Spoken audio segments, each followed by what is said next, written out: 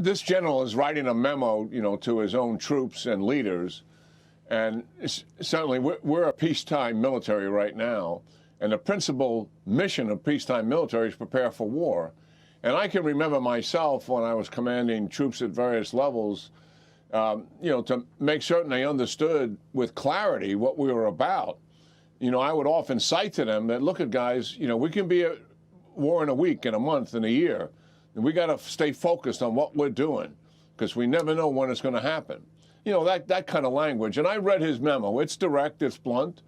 And he clearly raising their expectations that they could be at war in a couple of years. The truth is, the general, myself, and others, we really don't know that answer.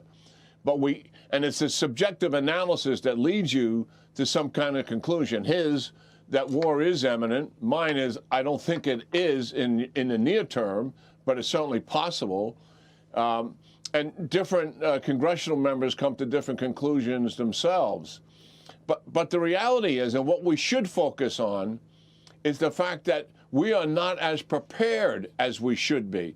We do not have an effective military deterrence in the region. China has more ships, more planes, and more missiles than the United States has, to include our allies wrapped into that.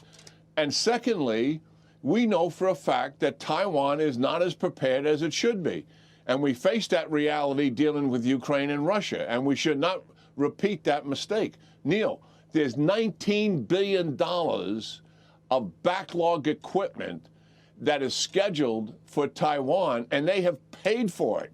And they've been already waiting for it for a number of years. The Congress has got to fix that system. It is broke. It's called foreign military sales. So if you look at the danger and the risk, yes, there is risk there. We have to help Taiwan, and we've got to fix our own problem and our own knitting. That is what we should really be focusing on. Let's remove the risk and be prepared for war, and that's how we prevent war. We prevent war by being prepared for it.